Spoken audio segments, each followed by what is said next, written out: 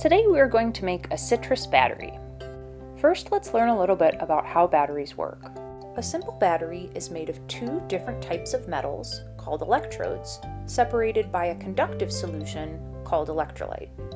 Our two electrodes are called the cathode, which faces the positive terminal or end of the battery, and the anode, which faces the negative end or negative terminal of our battery. Remember that our cathode and anode are separated by a substance called electrolyte. You may have also heard electrolyte referred to as battery acid.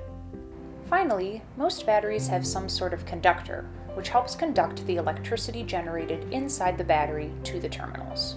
Now that we know a little bit about what's inside a battery, let's learn a little bit more about how they work to generate electricity. A battery generates electricity through a chemical reaction called a redox reaction. Redox stands for reduction, oxidation. Reduction means that the substance is losing electrons, while oxidation means that the substance is gaining electrons. In our battery, the cathode loses electrons as it interacts with the electrolyte, while the anode gains electrons as it reacts with the electrolyte.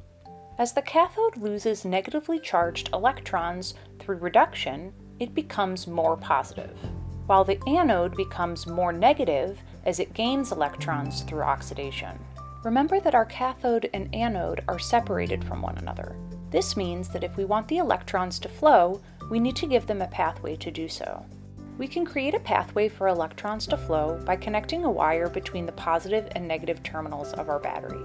With a pathway for movement, our negatively charged electrons are now free to flow along the wire towards the positive end of our battery. This movement of electrons is an electrical current.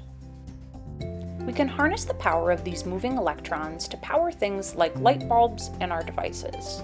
Now that you know a little bit more about how batteries work, you may be wondering how we're going to build one out of a piece of fruit. It turns out that our lemon or piece of citrus will be providing the electrolyte solution. Our two electrodes will be made from a copper penny, in the case of the cathode, and aluminum foil, in the case of the anode. These will be stuck into slits cut into our piece of citrus so that they can interact with the electrolyte solution. We'll also add some aluminum foil to our copper penny to act as a conductor. As the aluminum foil and the copper penny interact with the lemon juice, the cathode will become more positive as it loses electrons, and the anode will become more negative as it gains electrons. As soon as we touch the two strips of aluminum foil, electrons are free to move from the negatively charged anode to the positively charged cathode, creating an electrical current.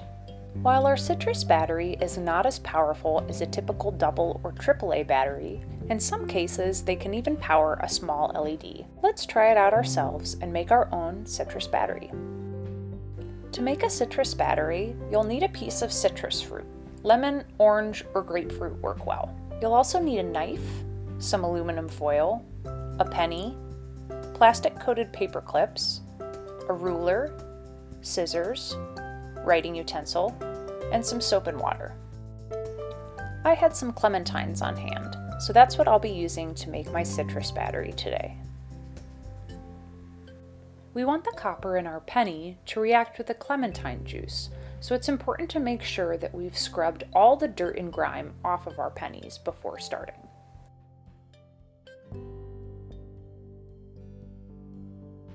Next, we'll need to measure and cut some strips of aluminum foil.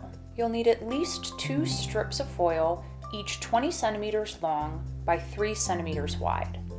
I'm going to measure and cut 3 strips, so I'll have 1 extra. Once your aluminum foil has been cut, we'll want to fold it so it's not quite so flimsy. Fold each strip of foil into thirds lengthwise so that you have a strip that is 20 centimeters long by 1 centimeter wide. Next, we'll need to cut 2 slits in our piece of fruit for our cathode and our anode. Make sure that you've cut deep enough to cut completely through the peel. Use caution when using a knife or get a parent or guardian to help. Place your penny in one of the slits so about half of the penny is sticking up above the peel. Next, you'll want to take one of your strips of foil and place it in the other slit.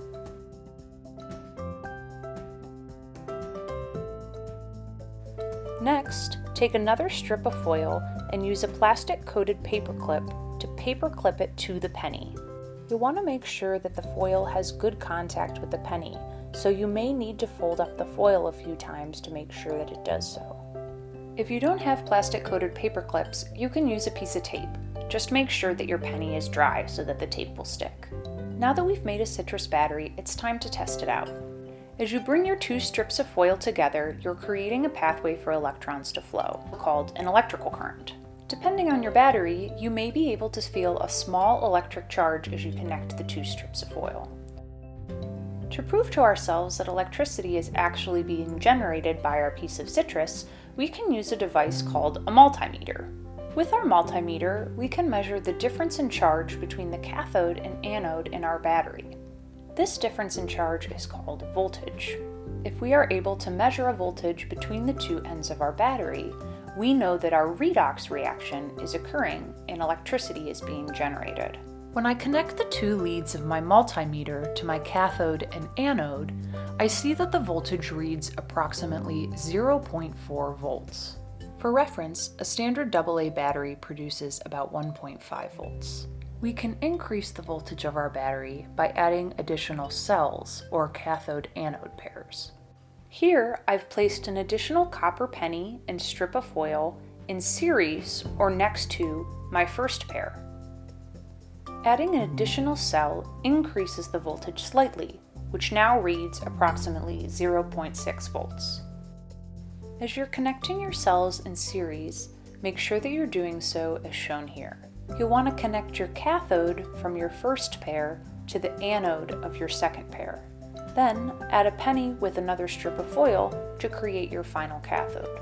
You can string together multiple cells this way to increase the voltage of your battery. If we increase the total number of cathode-anode pairs to 4, we now see that the measured voltage is approximately 1 volt. You may be able to sense a slight electrical current when you connect the two strips of aluminum foil in your citrus battery.